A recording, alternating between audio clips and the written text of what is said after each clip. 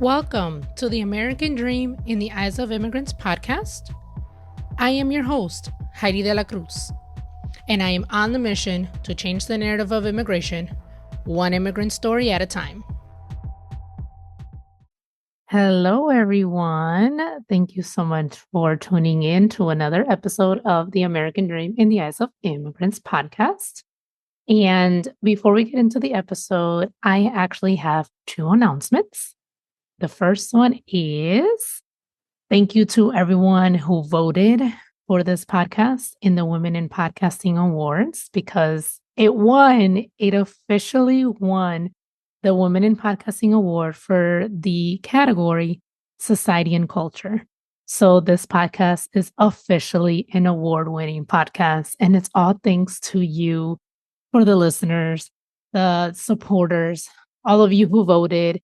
And most importantly, it's all thanks to God for making this possible. And yes, just thank you from the bottom of my heart for this. I am overjoyed and filled with so much gratitude. And I'm also very thankful to all the amazing guests who have been vulnerable and who have been courageous and brave to share their story of immigration and coming to the United States. And I'm just so grateful to all the guests. I can't even thank you guys enough for this. I can't even express how I feel. I still can't believe it's happening, but it happened. The podcast won. So thank you. And the second announcement is we got a new review for the podcast. So there was a review left on Apple Podcast from Stephanie R. And she says, it was an eye-opener to a first gen. She writes, Heidi, thank you for this. I am so moved by this last one. I had to sit during my walk with God and allow God to reveal why this gets me so emotional. And it's not because I'm an HR manager. I am seeing my identity clear and purpose clear on why I was chosen by God to be a first gen in America. I take nothing for granted of what my mother has done to come from Mexico and be an honors college grad as a single mom of 3 girls. Thank you for pushing to give a voice to those who pushed. God bless you, sis. I'm always so impressed. Stephanie, thank you so much for that review. Thank you for listening and thank you for supporting. And just thank you to God for this message that He had placed into my heart and this podcast and this project and the way that He is moving in it, the way He is moving in the guests, the way He's moving in the listeners, and the way that He is moving in me. I am learning so much from all my guests. I am learning so much history, so much culture, and just learning how to listen more, talk less, and be compassionate. Thank you guys so much. And let's get to the episode. Hello, everyone. Welcome back to another episode of the American Dream in the Eyes of Immigrants podcast. I am your host, Heidy De La Cruz. And today I have a very special guest. I have Pat.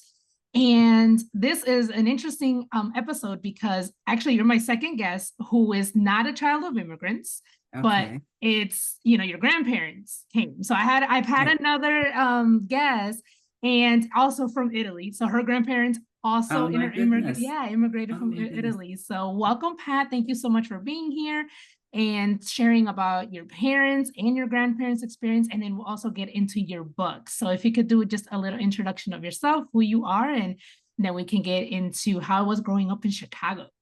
Okay. Thank you, Heidi. I appreciate it. I appreciate your having taken the time to read the book. That's fantastic.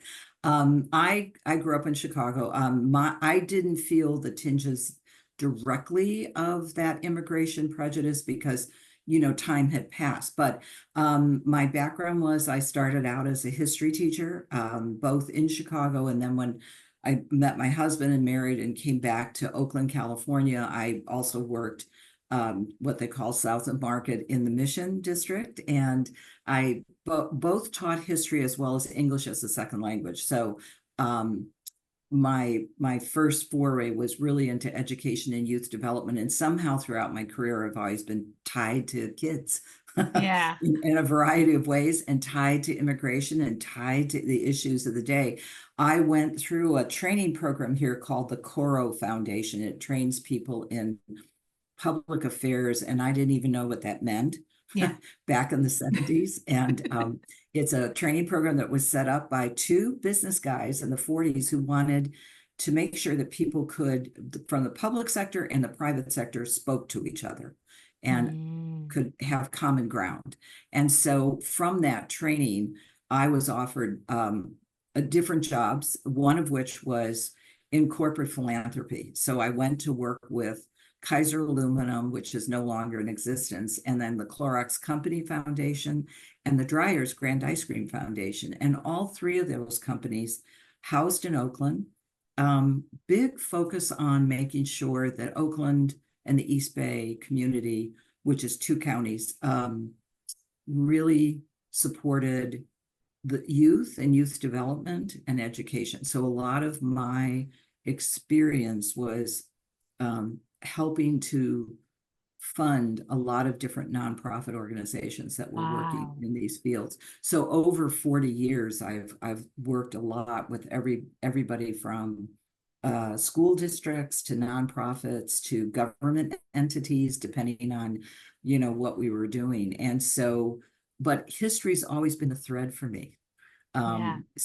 And Chicago growing up, my father came from a family of 10, so he and his 9 siblings, and quite a crew. And Chicago has always been a fairly segregated city, not so much today, but in my growing up, definitely a segregated city. It was also a city, this is so crazy, of neighborhoods and where people in the 1900s, late 19th century, 1900s through about 1940, people's neighborhoods were really cut off from each other. Mm. So, the Italians didn't mix so well with the Lithuanians or the Germans or the Scandinavians or whatever. So there was elements of that in there. But I think my background from teaching and history sort of informed the book. Yeah, definitely. So when working as an ESL teacher, was it did you have like a particular type of students that you would work, or was it all mixed? It was pretty mixed. It was high school. I was a high school teacher. So in Chicago, I worked with a lady, Frances Tappy, I'll never forget. She would work with the Hispanic kids. And what was stunning to me was there was a whole group of Eastern European and Southern Italian kids that were coming in like the 1970s. And I thought the last big immigration had been, the early part of the 20th century. So I ended up working with mostly those kids and Frances and I worked together to sort of do the framework of English as a second language for that high school. And Wow. then when I transferred though to San Francisco, south of Market, it was a demonstration program under the community college district. It was everybody. We worked with kids that had actually graduated from San Francisco high schools, but were reading at the 8th grade level or 4th Wow. grade level, had to redo it, as well as recent immigrants. I had people from Macau. I had, Venezuelans, Colombian. I mean, a lot of Asian Pacific Islanders. Yeah. So it was just a whole range of people. And using a different method. It was reading miscue inventory method because we were told, oh, it's going to take forever to learn the language. And what we did is we used this Far West Laboratories just developed this method of having people write their stories, their own Mm. family histories, because Wow. when it's personal to you, you pay more attention. Yeah. And what we did is we got the writing out and we didn't care about the grammar or whatever, or the spelling. It was to try and get the words out. And then we would go back. And so we were having a lot of success within 6 months of people being able to read. Oh, that's Um, amazing. yeah, it was really incredible. So I did that for about 4 years. And it was a range of people. And then when I went to work with these companies, number one, what was great, and that's kind of what disturbs me today, is this kind of ideology and this polarization. I was a Democrat in a sea of Republicans, but they were really reasonable people, intelligent people, and very focused on, especially on Oakland, because they were headquartered in Oakland, Yeah. and they really wanted the community to succeed. So they put their money where their mouth was, as they say. How do you feel that working with students from all over the world, literally, how do you feel like that enriched your life or changed you in any way, or did it? Um, well, it certainly enriches your life because people bring their food and their culture and their souls to you. Yeah. And it's just amazing. What it showed to me is it actually gives me great hope. Mm, As much as there's a lot of negativity today, what it showed is that most of us across the world, we all have different goals, certainly, but most of us want the basics in life. We yeah. want to have a decent job. We want to have dignity in work. We want to be able to take care of our families and put a roof over our heads. And certainly some of us want more than that, the things in life, but Yeah. no matter what the culture. So, for example, one of the women I work with, she was born and raised in Colombia. She's been here for a long, long time, but she goes back to Colombia pretty regularly, to visit relatives and whatever. And, we talk all the time. And again, you can see the humanity across the world, Yeah. no matter what the background. And Hmm. I kind of chuckle because I look at what the Italians do with calzone and food and how we use bread in different cultures and how we roll things and we use pockets like in growing up teaching in the mission. We would go from having empanadas out of South America Hmm. to go across the street to have quesadillas or whatever it was, carnitas. um, and then down the street was a sort of a fancier restaurant on Fridays. Sometimes we go to a place called La Cuba, which was Mm. Cuban, Yeah. which is a mixture of Spanish, from Europeans to, native. So I think it just shows that we're all pretty connected. And if Hmm. if we look at the positives and what connects us as opposed to what divides us. And that's a simplistic thing. I know Hmm. life is complicated and it's Yeah. very, nothing is that easy. But I think that's what is missing today, that we're not looking Yeah. for common ground. Yeah, So yeah. So two things. One, being able to do this podcast and speak with people literally from all over the world.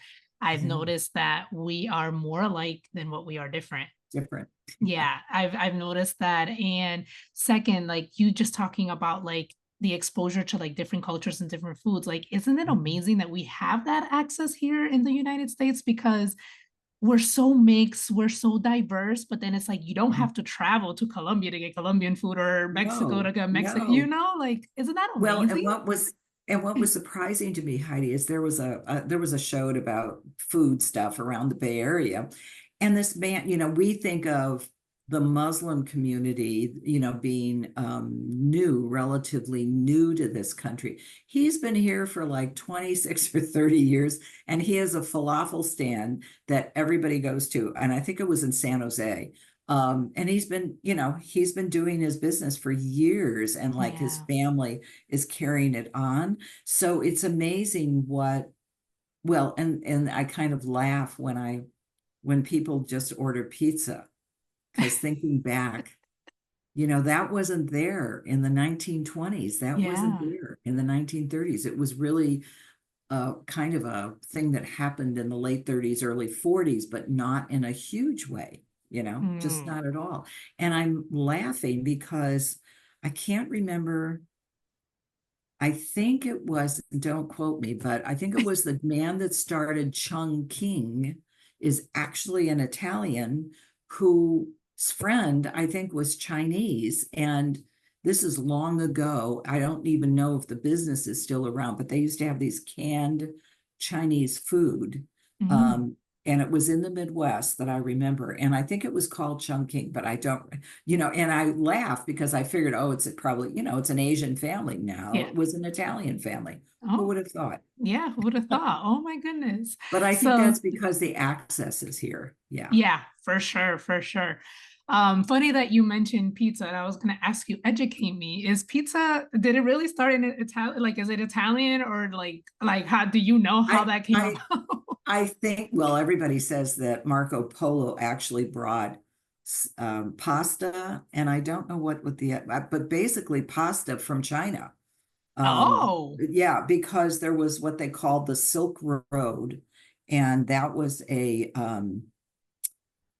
was a trade route from okay. the southern European countries, but primarily Italy and others, down that way into China through the Mongolian desert, through what we know today as Wow. the Uzbekistan and all that stuff. So there was trade routes, and they were bringing spices from China and food from China and all that. So yeah, but no, pizza. And if you go to Italy today, pizza is it's not very different. It's still a pie, it's Yeah, still flat, but the way they do it is very different, than here. because they don't load it with tons of cheese. They also put a lot of vegetables on it. They Oh, don't have a lot of sauce. So it's not Domino's. gotcha. Oh my goodness. So in writing your book, were you able to figure out, or maybe even just growing up, were you able to know like what led your grandparents to immigrate to the US? I think probably because what part of my background, Heidi, is modern European history, but it's also Italian history, ancient Latin American, and Russian. Um, so part of it, I remember when I was reading about Italian history, when Italy formed as a nation, it didn't happen till 1860. Oh, Yeah, people think Italy has been around for a long time, but not as a united nation, as a united country. It mhm. was a series of what they used to call city states. So, and they all had their own armies and their own Okay. government and all this stuff. So there was a merge, and I think it was 1860. Again, fuzzy on the exact date, but it was in there. Um, a lot of the power and the economic strength or control was in the North. So the Mm, North, when they always legislated and put in these bills and rules, etc., the favor was always to the North in terms of economic development, education, etc. The South was really left behind, and Sicily and southern Italy really are just coming into the 21st century now. um, they like roads didn't get built, and there were heavy taxes on southern Italy. So I think what promoted them is Sicily in particular was always in abject poverty. There wasn't a mm, lot going on there. And I think probably they looked at the United States. There had been a little bit of a history of Sicilians coming in after 1865, 1870. So probably there wasn't a lot for them to stay for. They were yeah, looking for a better life. yeah, And I know that when they first came in through New Orleans, they stayed in Louisiana for a while. And then when I was reading, I kind of wonder why did they move north? yeah. When I was doing this investigation in the 1870s, because of Jim Crow laws, the Sicilians, not all of them, but some of them look darker skinned, than the Mhm. northern Italians. Um, the the Southerners put in these laws. They couldn't declare themselves white. They had to put black on that, on the census. They could not marry anyone white in the South. They Mhm. had to marry African Americans or black. Um, a bunch of them were hung, strung up. I think it was 11 of them, and I believe it was around 1875. So that's fairly late. That whatever they did, I don't remember right now, but they were hung, and killed.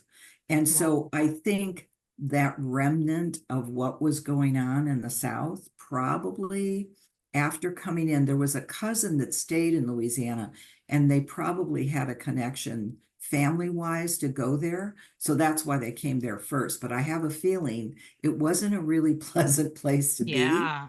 Yeah. So they probably looked north as to where they could go and what would hold a better opportunity for them.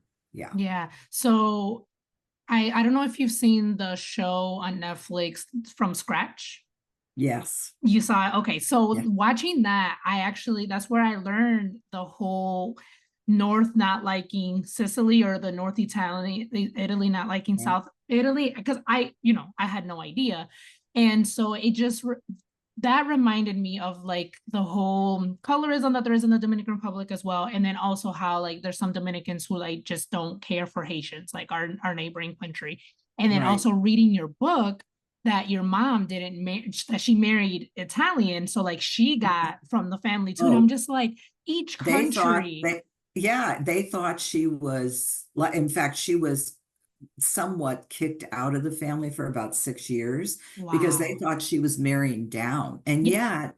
yet, when I found out more about her background, she really came from a much more working class, much poorer element of the community than my father did. So Yeah. actually, she married up, if you want to call it that. But they thought it was terrible, Yeah. that And so that reading that and then watching, from scratch and things, it's like each country has its own, unfortunately, has it its does. own thing against like other cultures or the race and the skin color and everything. And it's just like, Absolutely. why, And I remember just like, hearing comments about Haitians. And then also like, for example, my husband, he's a, darker skin than me, he's Dominican, Right. but like his aunt had made a comment on him when he was younger. He's like, "Oh, make sure you marry white so you can fix the race in the family," and just like things like that. And it's just like, man, each It's culture and country each culture. has. And I'll tell you where I feel it, Heidi, is because I didn't get it so much when I was growing up, but this was interesting. So I was lucky. My parents couldn't afford room and board. They could afford Mhm, tuition. I had been working since I was 16, so I really mhm. saved money in the summers. I did get an Illinois State scholarship, but I was a commuter kid for 3 years. So I was dating two people, and they had gone over to this new program that Loyola University had in Rome, which was called the Rome Center. And they said, "Oh, Pat, you really should go, whatever." So I went. Anyway, long story short, I met my husband, and I remember my father saying, "Are you sure you want to marry him? Because he's Genoese, which is from Genoa in the north." And he said, "They're so tight, Pat, that they squeeze the buffalo off the nickel. They're so," and and even it was interesting that that was still a holdover for him, that the Northern Italians, and even when I married him and I loved him dearly, and his family, but there were still comments sometimes from Yep. his relatives, like if we had a bad meal, oh, it was probably that Sicilian food. And Mm, there's very much a denigration of Sicilians. And I yeah. think part of that, Heidi, comes from the fact that the mafia came out of Sicily. There's a whole history there. It's because they were Mm, ruled by everybody. They were ruled by Spain. They were ruled by France. They were ruled that the Germans got in there a little bit. yeah. They've been a doormat for every group. North Africans, Phoenicians, Greeks, everybody. But I think there's always been this kind of, oh, they're really not Italian. Wow. They're really kind of different. Yeah. So it's only in the last, I would say, the 20th century that they're kind of coming into their own. But yeah, there's still, and so every so often, there's kind of this sort of snootiness about Mhm. if you're from the North. Yeah. Wow. Oh my Yeah, goodness. Yeah. So it's just like every culture, every country unfortunately has that. It's like, oh, we're better, exactly. and or looking down at certain. Right. It's so I feel like it's just such ignorance, like it is. Well, So and it was there, Heidi, in when I was doing the research for the book. I was reading the Chicago Tribune, and it was 1875. I thought it was fascinating. it was talking about Little Hell, which became Little Sicily, and that's kind of where Mother Cabrini worked, and she did. So anyway, it was talking about the this area, and it named Germans and Scandinavians and how the I can't exactly remember the quote in the book, but it was how the place was going down even further. And it named all these different immigrant groups. And it says Germans, Scandinavians. It didn't even mention the Italians because this was 1875. And some other, and then at the end it says, and some real Americans. Oh my So goodness. obviously the Scandinavians who are Northern Europe and Germans were not qualifying as real Americans. But what's interesting is the same article was being written about the same place in 1905, I think it was. And by this time, the Scandinavians had become the landowners, they'd bought homes and stuff. So now the Scandinavians were worried. They didn't say it exactly like this, but Yeah. they were worried about all these Italians having all these kids, and they're bringing down, what did they say? They're bringing down the value of the real estate. So Wow. what can we do? So they actually talked about raising the rent 300%, and they ended up doing that. I think they raised it 100%, but the original was like 300%. They Wow. wanted to push the Italians out of their neighborhood Oh because they were my having too gosh. many kids, and they were, sort Yeah. of the other, we don't want to deal with them. Oh But my then the goodness. Italians in the 1940s were kind of doing the same thing. So, each group, The what is it? The oppressed becomes the oppressor. oppressor, yeah. Yeah. Oh my goodness. Yeah. So you were able to visit Italy. I did. I went, I was very, very lucky to be able to be a student over there. And it was at a time, Heidi, which I wish kids had today. I was not, I was from lower middle class kid, didn't have a lot of money, but it was doable because our tuition was so cheap. Mm, And I had a scholarship. So when I went, it took kids from all over the country. So it was public and private schools. It was mm, not one class. And I'll tell you, that was a lot better because there were people like me who took the bus every day. And then there were like filthy rich kids who, but it was interesting because we all mixed. yeah. And when I went back, I hadn't been back in 35 years. So I went back in 2018. And it was the weirdest thing. I got off the plane. I was with my daughter, and I felt like I was home, like I was going home. Oh, And my daughter said, I started talking to the cab driver. I used to teach Italian for 1 year after I came back in high okay. school. Um, and I can't remember anything now, but I got off the plane and stuff started coming out of my head. And my daughter turned to me and said, where is this coming from? She said, what? And I said, I don't know. It's in there. But I really got immersed into the culture when I went back. And I didn't grow up, my parents didn't speak Italian when they didn't want us to know anything. I mean, it was only my older aunts that did that. So I Oh, really didn't learn it as a little kid. Now my husband learned it and could understand it much better than I could, but I had a better accent. So when I was over there, they always said, let the signorina speak, don't, because he had a terrible accent. oh. But yeah, but it was like going home. It was, and for some reason, when I go back, I don't know, Rome just is like my second home to me. Yeah. Oh, that's beautiful. Did you experience any cultural shocks? The cultural shock was big, but mostly not from the Italians. We went in October, Heidi. So when I went, there was only one US program for students overseas in Rome Mm, at that time. One. okay. There's now 300 from Wow. from the United States. Yeah. Um, and the other thing is, it was a very different world because in the late 60s, early 70s, people didn't travel as much. It wasn't as affordable. So the people that traveled were usually for business, or you were wealthier, that you Yeah. went overseas. It was a big deal for my family. My father walked me out to the airplane. I was on a tarmac and he said, "Are you sure you're going?" Because I was gone for 9 months and we didn't have Facebook or computers or anything. So it was basically a phone call or a telegram, Yep. if you can believe. Um, if you can believe.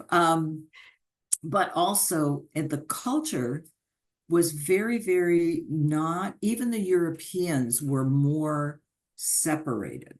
Even though they could travel to each other's countries very easily, it was not a long, it's not long from Paris to Rome. It's about 8 hours on a train, but they didn't mix as much. And women could not wear slacks. When we were Mm. students, we had to wear skirts. They weren't, it wasn't acceptable to wear slacks. So it was and it was very much their culture. When I went back in October of 2018, I could not believe the number of tourists still. This was towards the middle of October, Yeah. and it was staggering to me. And it was a little sad to me. I went into a person's store that a friend of mine had told me about the store, and the door was locked. It was like the middle of the day. And so I knocked on the door and he opened up, and it was just my daughter and myself, but there was this huge throng of people out there. And he said, "Oh, I really apologize, but since COVID, there's just, post COVID, there's been this huge amount of tourists." And he said, "They're really disrespectful, Pat. They come in like 20 of them. It's a very small little store and it's very narrow. Yeah. And there's only one way in and one way out." And he just said they come in, they handle all the merchandise. They're very loud, they're rude, and then they walk out. And he said, "It's scary to me because I'm only here by myself. So I Oh, don't know." Yeah. And so that level of respect. I can't make a generalization, but I yeah. know when we were there, we were very cautious about, um, you know, how you were, and, Yeah. respecting that culture, and, Yes. and making sure that, you knew you were in their country, Exactly. Yep. you know. So Yes. that hit me. I mean, it really Mm-hmm. hit me. And it's just sort of the way people were in restaurants and stuff. And so we Yeah. tried to avoid all the tourist places. Yeah. So definitely for those who are listening before traveling abroad, just do your research, figure Right. out how it is in the culture, how the culture is and even the laws. I've seen saw this one story. I can't remember which Middle Eastern country. It was an Mhm. American. They visited this Middle Eastern country, and I guess she had issues with a rental car, and she started getting loud, Yeah. and that's a huge, especially as a woman, that's a As a huge no woman, no. oh my Yeah, yeah. God. No, no, no. Yeah. Like, Exactly. And so she ended up, I believe she ended up going to prison there. And so I guess her family was trying to get her out and everything. But it's like you have to educate yourself before traveling you do. You and do. know what is acceptable, what is not, because you're not in the United States. Like, Well, and yet you're not, and people don't understand that for some of the European countries, more the Southern European than the Northern, it's not English jurisprudence where it's you're innocent until proven guilty. In mm, places like Italy and Spain and France, I believe, I'm not, mm-hmm, it may have changed, I don't know, but it was you're guilty till proven innocent. mm, So it's a whole different, yeah, ball of wax. And yeah, yeah, and I think it's just being cautious about, what's allowed, what's not allowed. Today, with the difference I saw today and going back in 2018 is even throughout the European countries, it's much more international now. mm, It's much more global. yeah. We're all sort of looking at it as being global citizens. Yeah. Yeah, yeah, love that. Yeah. So let's get talking about your book. So, Okay. because it's so filled with your family's history, with history itself, and again, like I said before we started recording, like I learned so much reading your book. So how was your book like in your mind? How did you first picture this book being versus like what it is? Yeah, it was a journey, really, Heidi, because it started out, it'd been rolling around in my head for about 20 years, and I just never had the time Wow. to do it. But a couple of things. This was a big family of 10, um, many of whom, because it's 10 kids, there were some that were obviously 3 years old when there was another one that was already 22, or Yeah. 21. So the older aunts and uncles were long gone by the time I was married, my sister was married, kids came along.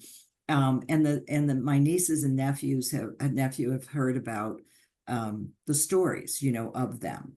Uncle Vito and Aunt Grace, and how they made, it made a home, when they came, and how they struggled, to figure out what was their place. So it started out just as a memoir, Heidi, and then that's just me. My head was filled with all this history stuff, because Yeah. as I was researching about Italians in Chicago, and by the way, Dr. Candelero, who's an Italian, and I don't know if he's Sicilian or not, but he was a professor of history at the University of Illinois. I started reading his books, and I actually sent him an email, asking, this perfect stranger, he didn't know me from Adam, about his book, about questions I had about Italians in Chicago. So as I was doing it, all this connection, I started thinking more deeply about who they were as Italians, Mm. first generation, what kinds of things they faced. And in reading Dr. Candelero's books, he said that unfortunately, and it still kind of holds today sometimes, not as much, but for my Yeah. father's generation, that somehow if you were successful, somehow if you were working hard, or you had some money in your pocket, or you were, assimilating, you couldn't have done this by yourself. Somehow had to be connected to organized crime, because everybody thinks that Oh. if you're Southern Italian, you've got to be mafioso. So, Oh and man. it still sort of sits there, or wasn't there. And of course, having crazy people like Al Capone, didn't help. I mean, he was killing people, and he was a thug, and Yeah. he was finally put in jail in Alcatraz here. That didn't help. So, and again, this differentiation between North and South, where, the Northern Italians didn't get tagged as much as the Southern Italians with, Yeah. oh, you've got to be connected to the, mafiosos. So I started looking at that. I started investigating what was going on with Italians, but Sicilians in particular in the United States. And that took me to the whole thing of immigration. And so Mm. as I was doing the research, I'm looking back to immigration law, and there was a law on the books in the 1790s about who was going to be accepted as an immigrant. Mm. And it was white people mostly. And then looking at where my family came in the early 1900s, and my dad was born in 1908. So his growing up, he was what, 20 in 1928? Thereabouts, and looking at the whole immigration law. There was the Immigration Act of 1924 that was basically against Asians, but it Mm-hmm. also was against Southern Europeans because, and I quote, they're less intelligent, they're disease ridden, and they won't advance the concept of America. So we can't let them in. And so as I was doing it, Heidi, I kept going back to the history. Mm-hmm. And when I sent an early copy to my niece who lives in New York, she said, "Oh, Aunt PJ," she said, "there's 4 books in here. Decide which one you're reading and you're writing." And so I went back to the lady I was working with, because she was a writing coach. And I said, "What do I do about this? Because I'm connecting it to to history, but I'm Yeah. also connecting it to the craziness in our country right now, with people passing, laws about banning immigrants and Ah, yeah. banning Muslims and and she said, no, no, no, Pat. She said it's one book, but you have to have a thread to tie it. So Mm. that's when I started looking back at my dad and thinking about he was not perfect. He certainly was a prejudiced guy. But what were the lessons I learned from him? And as I Yeah. drew out the lessons seemed to tie to history. So that's why I Yes. have this crazy book that's a memoir, but it's also a historical reflection. Yes. Yeah. No, I love the lessons that you included in there because, some of them resonated with me. So I was like, oh, they're like, it's really good. The Yeah. way that it's all tied together is really good. I know that obviously some of your family members have passed after like writing the book, but did you interview some of your family members? I hadn't interviewed them recently, Oh. Heidi, but a couple things. One is I had talked long ago to my Aunt Grace and my and she was the oldest, by the way, and she's the one that I think my grandmother went back to Sicily once, but I think took her Grace with her. And Mm, Grace always came back speaking broken English. She spoke broken English for her whole life. And she really lived internally. It was mm, her brothers that protected her. And even though she went out to work, she really, throughout her whole life, I mean, she never really learned English very well, and her life was around the house. So I interviewed her, and then I did talk with my two aunts, who were more worldly. They went out to work, but they also were more Americanized, if you want to call it that, and yeah. certainly grew up speaking English, and they went to an all-girls Catholic school in Chicago. So I did interview them and I kept notes from them, but they had long passed Mm, by the time I got to this. The other person that actually, and that's why I put in the book, some of this, I beg forgiveness because some of this is memory. yeah. And my brother's 7, 8 years older than I am. Hmm. So I interviewed him because he had a closer connection to my grandparents and Mm, to the older part of the brothers and sisters. yeah. And so he recalled different aspects. Like I had never heard that my father was handed a Tommy gun and to to protect, a part of the Chicago electric grid, Yeah. during World War II. Or I didn't know about some of his partners on the Chicago police force, when he was active. So there were elements that Pete, my brother, gave me, so it was great. I mean, it was great to have some of the notes, but also some of his recollections. Yeah. What feedback did you receive from your family members Well, about I'll the book? tell you, I was really worried about it Mm, and I changed some names because Lord knows, the person that worked with my father, who they had to make the guns bigger for him, the pistol grips, because he is an actual person. But I mm, cleaned up his his name and who he played for because if there's a relative, yeah, it's still I out just there. I didn't want to offend them at all. Yeah, no, I knew the younger crowd would look, because I have a lot of nieces and nephews that are in their 30s and some in their 20s and stuff. I got really good feedback from people. I have one in particular who's 41. She is in New York. She's pretty high powered, has worked with a lot of people. She's also a writer herself. And I was worried that, I was prepared, Heidi, to put the pen down and stop writing. Um, but she came back and she said she loved it.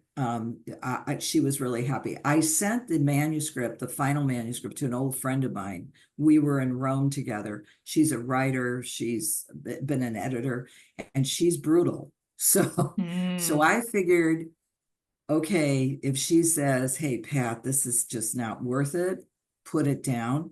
She said, and she's, by the way, quoted in the book, in the testimonials. She said, "Oh my God," she said, "I put my editor's hat down I and know. just got Oh, lost in the story." So that did be good. The biggest one, I thought, my brother he's very conservative.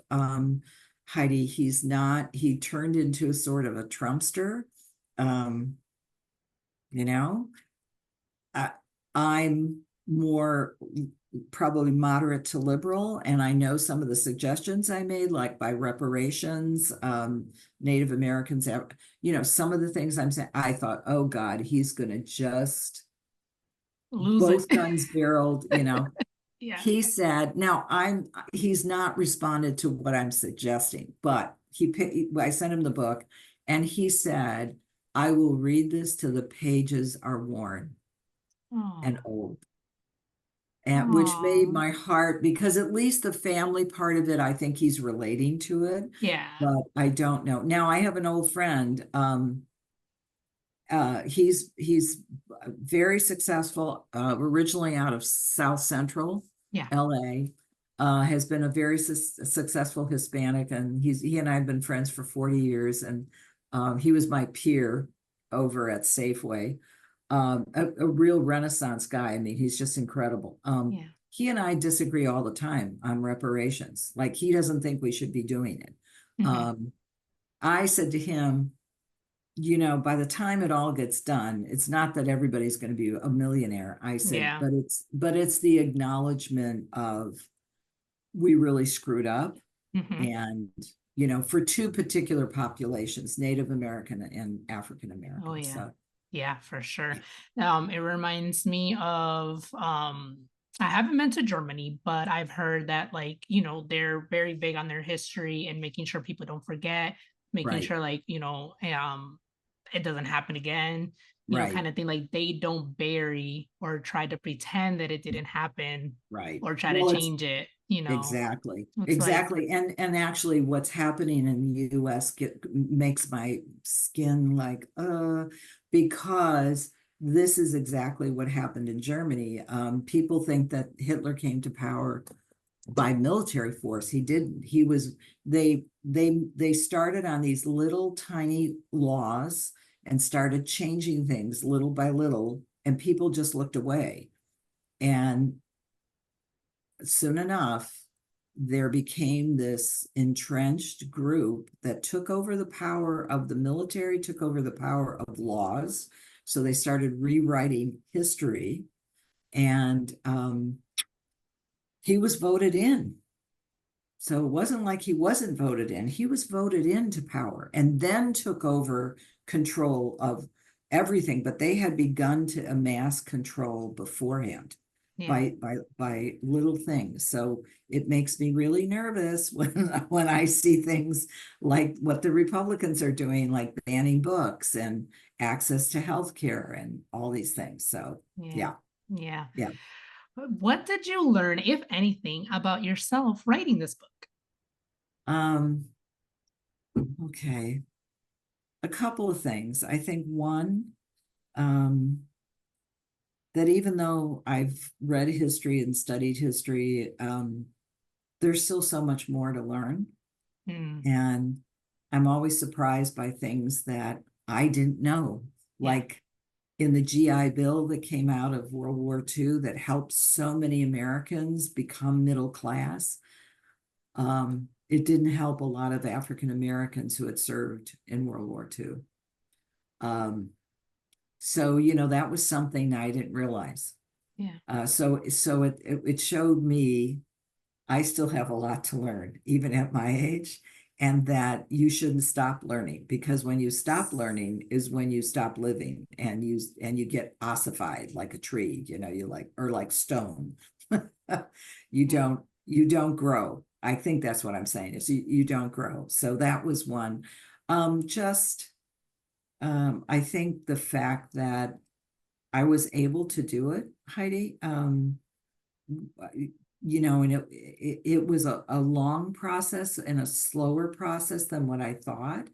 And what it showed me is that sometimes the writing takes its own course, that you start out with an idea, but it Mm, changes, and you should be willing to change with it and see what happens with it. And it's a very creative thing. I think the other piece I learned is, as busy as you are, um, it gave me a process for slowing my mind down, um, and trying to go deeper into the more creative process. And it didn't take a lot to do that. This lady that I worked with, she gave me these Tibetan bells. It's a Tibetan bell music. For some reason, it does it for me. It just takes me to a different place. And I think because in my mind, we all carry a lot in our heads, and it's really hard to stop all that stuff going on. Mhm. Um, to be able to be creative. So it taught me at least a process for doing that. I don't know if I can do it again, but I'm going to try. Oh my goodness. So yeah, I was gonna say, is there any more projects that's coming for Pat? I'd like to try my hand at a little novel, and it's funny that we're in this. It'll be something totally different, but it's about history again. But it came out of that strain, Heidi, of World War II and the Mm, Nazis, and okay. so yeah, around something to deal with the electric grid. I mean, it's Okay. just wild. So I don't know where Yeah. that's going to take me, but I wanted to do something different and not as heavy, as this book was. Yeah. Okay. Well, whenever it's out, let me know because I'll definitely read it. And let me know what you're doing too. I would really appreciate it. Yeah. Yeah, yes. And so I love asking this question to all my guests because although the answers can be totally different, there's usually a common theme with it. So, what does the American dream mean to you? I think that I wrote something, Heidi, so because my mind goes in six different directions, but I think the American dream means that you have the ability as an individual to develop your identity, to develop your passions, to really develop your life free from sort of the constraints of poverty and ideology, because so much of that defined people in history, no matter what continent, poverty and ideology constrain people. So I think it's the ability also to have hope and know that you can have a future. Um, and that only happens if that American dream is embedded in a democratically functioning society, to Yeah, me. Yeah. beautiful. Yes. And so let's tell the audience the name of your book and where they can find it. The name of the book is We Have All Been the Others, and it's available on Amazon as well as at Best Buy, and of course you can buy it through our publisher, which is rosepress.com, as well. Perfect. I will include the link for your for your podcast. Oh my gosh. I will include the link to your book No, that's great. It's also available as an ebook, a as an download. ebook. Oh, Yeah. perfect. Yeah. So Yeah. I'll include the link so people can purchase it. And any last words that you would like to leave the audience? Um, Yes, I just, Heidi, number one, thank you for the ability to discuss this with you today. I really Yeah. appreciate it. And congratulations to you on this podcast, and Thank just knowing you. that you are doing this type of communication and discussion with a wide variety of people says to me that our country's probably in pretty good shape. I have great faith in the next generation, and I think it's important for people to get out and vote in this election. And Yes. again, I'm looking at it from a history person seeing remnants of German Nazi stuff going on. Yeah. No, it's a right that we have now, and a lot of people Right. fought hard for us Yes. to have this right. And so I really do believe that we should exercise our right to vote.